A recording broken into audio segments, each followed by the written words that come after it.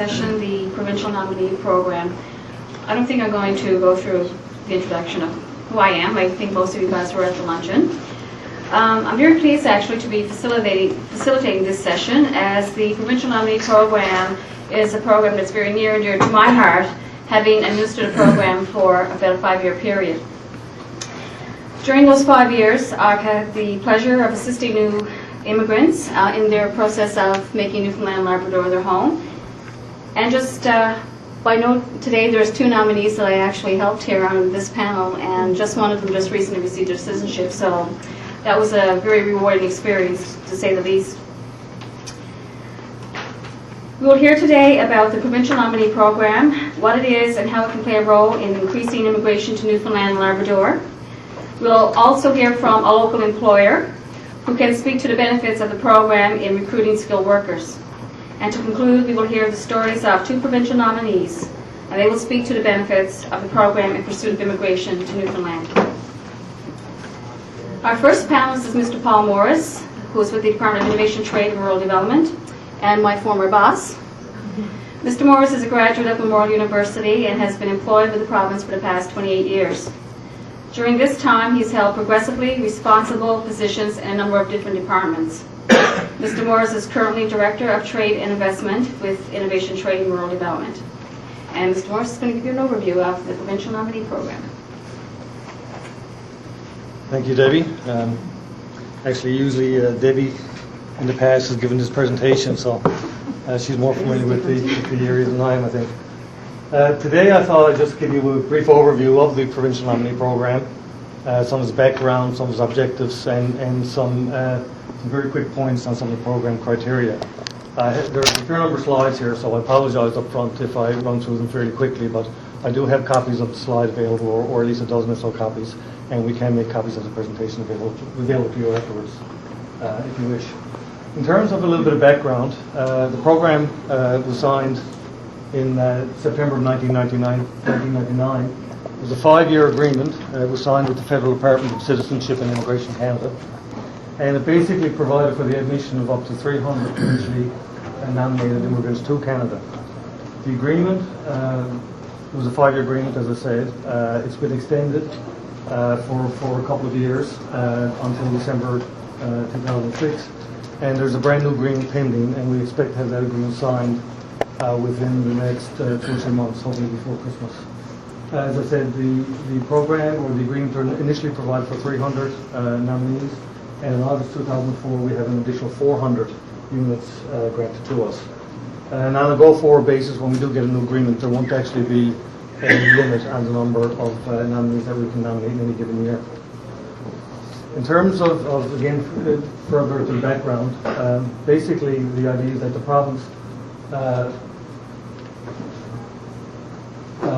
can identify, recruit, and nominate individuals for immigration who have the potential to offer significant economic and industrial benefits to the province of Newfoundland and Labrador.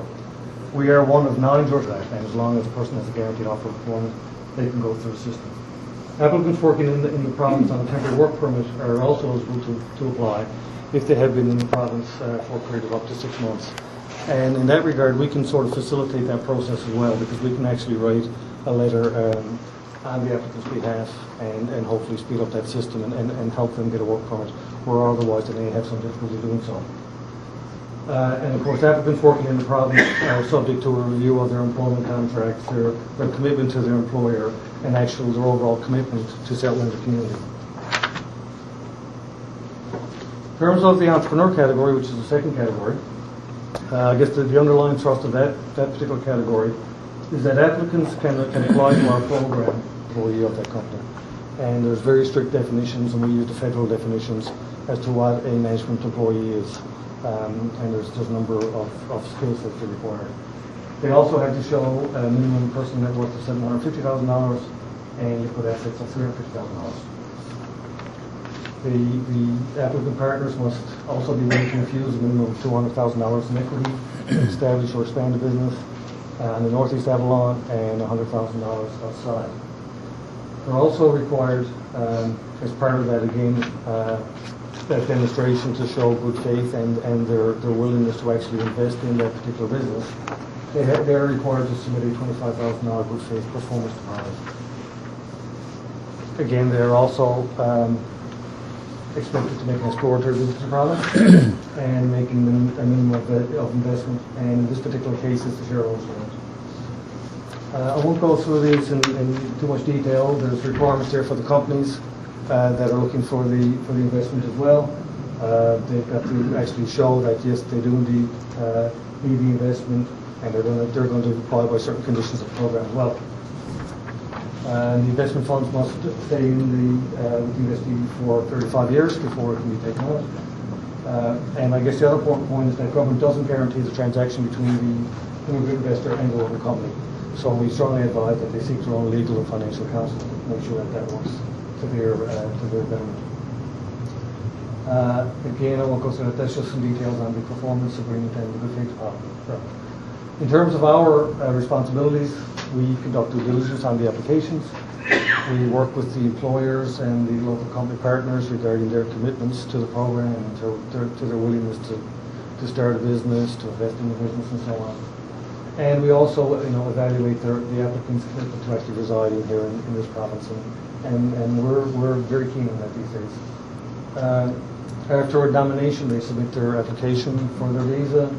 We forward the nomination certificate to the particular post, and then the application is processed as a PM category, which, as I said, is meant to expedite the processing through a federal system. Citizenship and Immigration Canada, they cooperate and coordinate the program with us pretty well on a daily basis. They are still responsible for conducting the security and medical screenings, and they issue the visa. Just in terms of some current demands and shortages, healthcare and construction are two areas, which I think that was touched on this morning in Tom's presentation.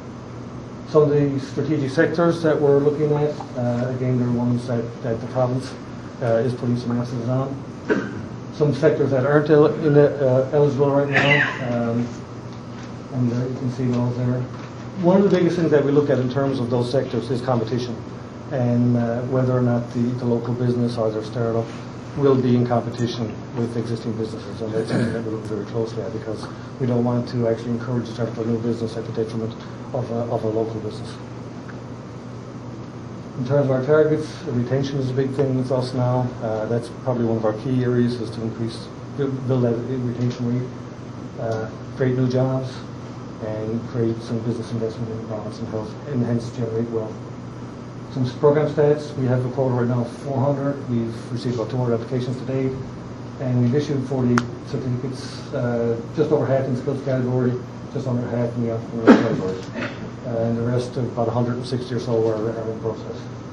And on that note, I'll end. The telephone number you see there is actually the number from Willie Adlon, who's the program officer, who's sitting right here in front. So if you have any questions on the particular program, if you'd like the applications or whatnot, you can come to us. Thanks very much.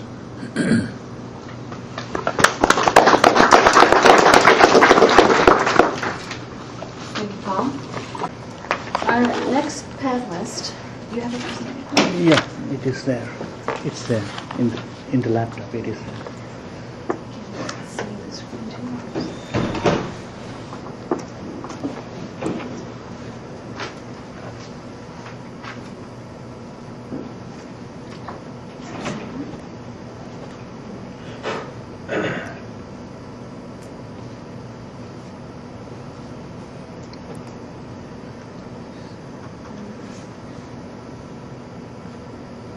Is that it, Dr. Beth? No, It's not? it was there. Celebration Symposium.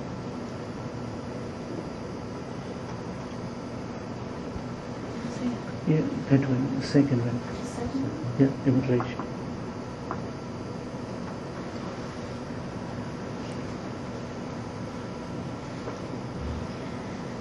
Okay, sorry about that. Our next speaker is the employee that Dr. Rodriguez is referring to, Dr. Pranav Bhatt. Dr. Bhatt has an extensive biography, and if you just refer to it, you can see that he's a truly skilled individual. What I will say about him is that he's a technocrat, and he has thorough knowledge of trade activities, which includes marketing management, sales management, and inventory management. He has played a key role in developing market of Rodriguez wines in Southeast Asia and further business expansion to Southeast Asia for Newfoundland Natural Nutraceuticals Limited. Wow, that was a mouthful. And Dr. Batt resides in Whitburn with his wife and 2 children, and just had his first Newfoundlander born.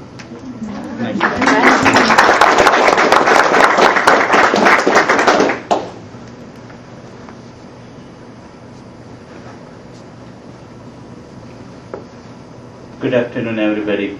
It's in fact a matter of great pride and honor for me to make a presentation here at Newfoundland.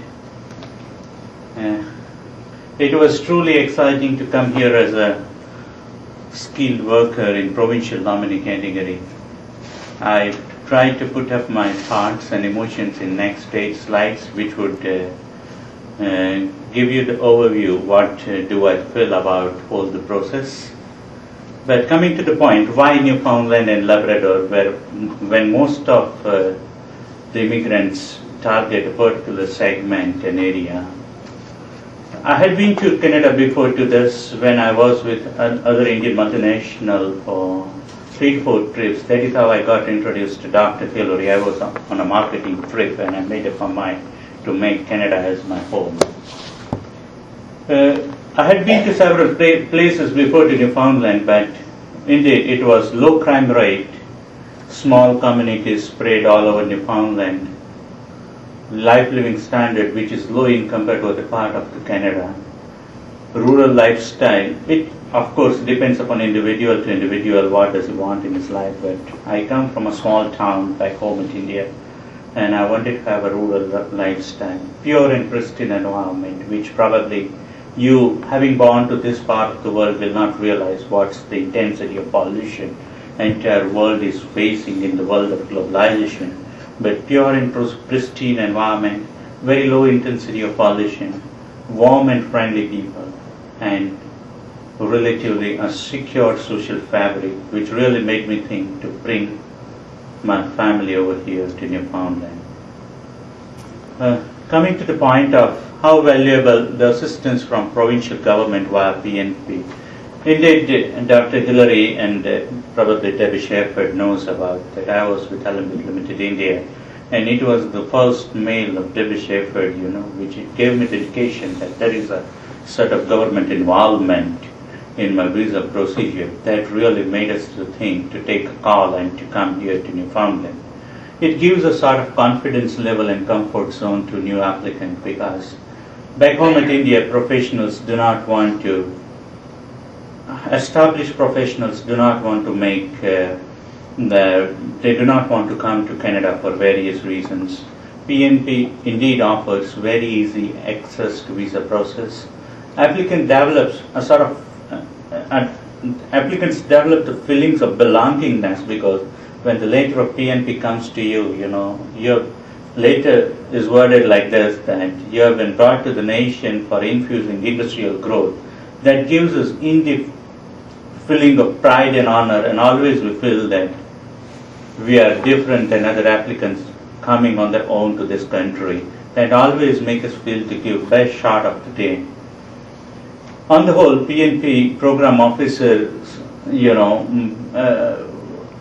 their help is equally very unique, and that really makes us feel that there is no problem if we take our family during first trip itself to Newfoundland.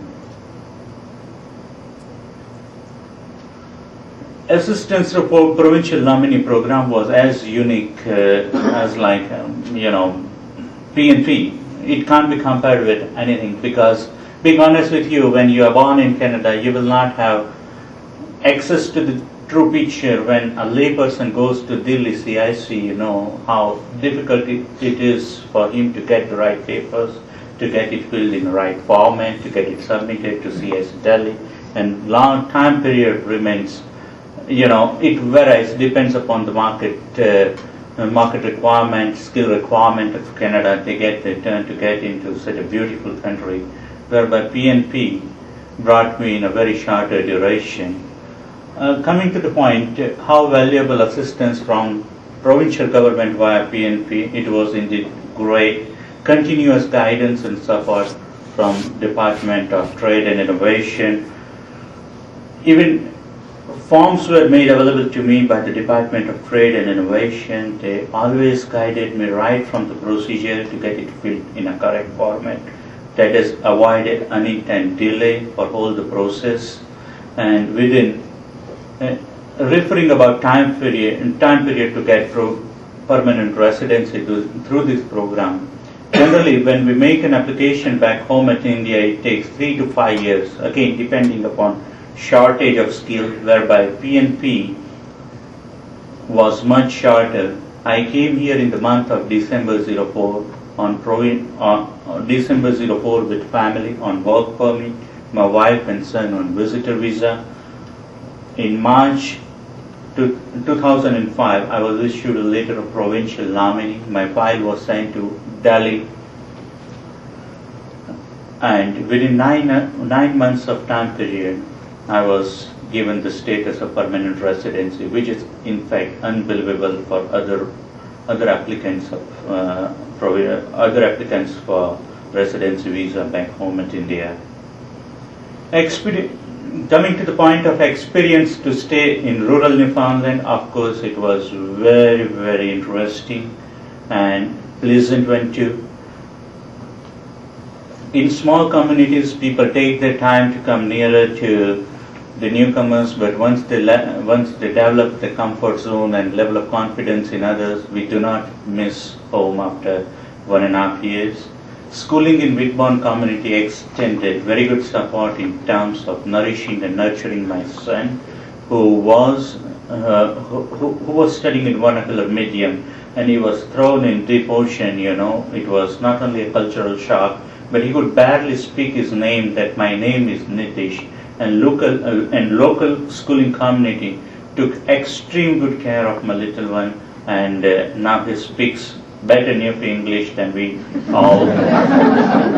Yeah, and thus it has led to further family expansion, and we are blessed with first New boy in our family on 29th of August, true Canadian in our family. So we are indeed very proud for that. This is a very important slide, of course. Province offered us a lot, but what immigrants bring along with them from other countries. Enrich experience to operate cutting-edge technologies. Dr. Hillary will agree to it. Even inventor of the technologies sometimes run into crises, and they find it difficult to prepare certain product in right texture what market demands. And it was just like based on experience, within a couple of days we make it happen. As Dr. Hillary mentioned, we have cutting-edge technologies in a small community of Newfoundland.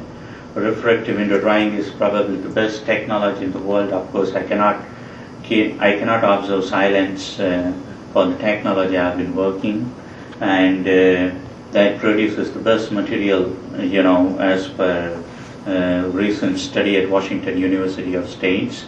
And we have some exciting products, and we started making good sales in a small community of Whitbourne. Brings access to ready-made market and the customer base too. Back home I was with international marketing, and I have had access to ready-made market at Southeast Asia and Asia, and we brought the goodwill of the customer with whom we dealt with prior to coming to Canada.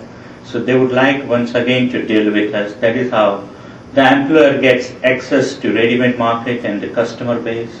Diversified thought process and vision to the company always remains an added advantage to the employer when they bring foreign workers. And employee in turn develops sheer desire and commitment to offer the best to the company and to the province, because always there remains a point that I'm different than other immigrants being brought into the system. Of course, I feel very proud for being provincial nominee to this province. And as I referred, such feelings inspire us to offer best to the company as well as to the province. And we feel ourselves different than other immigrants, always make us feel make us feel special and honored Canadians. At this point of time, I would like to express my special thanks, obviously, to my employer, Dr. Hilary Rodriguez, to whom we never met before. But since 2002 May, when he gave me the word, I remember for sure that every evening, along with the job of Olympic, we were in continuous touch with. And I had a dream to come over here with pride and honor and to be employed in Canada. So we were in touch with each other on a regular basis. Their warmth and emotional support, and they indeed treated us very well, not as an employer, as a family member too. Time to time they invited us, made us feel that being at a small community, we were not alone. And really, they understand the expectations and requirements of modern workers. Probably the best so far I experienced with my past employers. Of course, I worked with German company back home in India too. So this is not my first overseas employment. But on the whole, I have a feeling of being treated extremely well.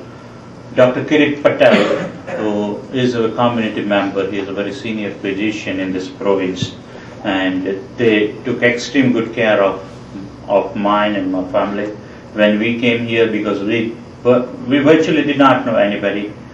Miss Susan George, who happens to be the local principal at school, that was very important. You know, my son, if he would not have got settled in a small community coming from India, metro city of India like Baroda, having got background, vernacular background, he was studying in Gujarati medium, right? Because in English medium, students do not score well.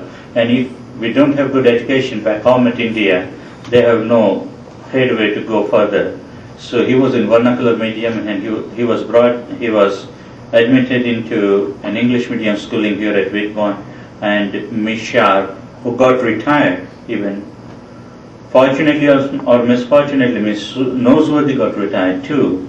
And so so my son had beautiful, very good teachers to take care of his education, and they understood his language barrier, and they worked accordingly. And today he is one of the best students in his class.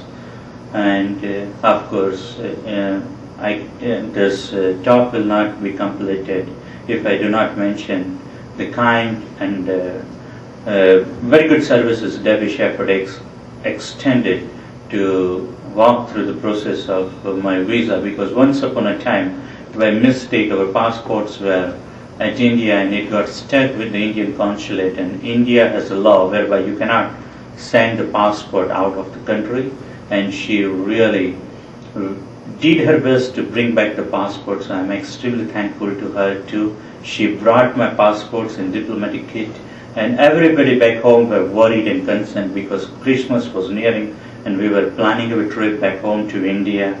But not a single time, Debbie, she always talked to us with lots of patience and warmth, and she really made it possible. And I honestly feel that with the warmth and support of the people in Newfoundland, we could extend our stay and make this to be our second home. Thank you very much for your attention.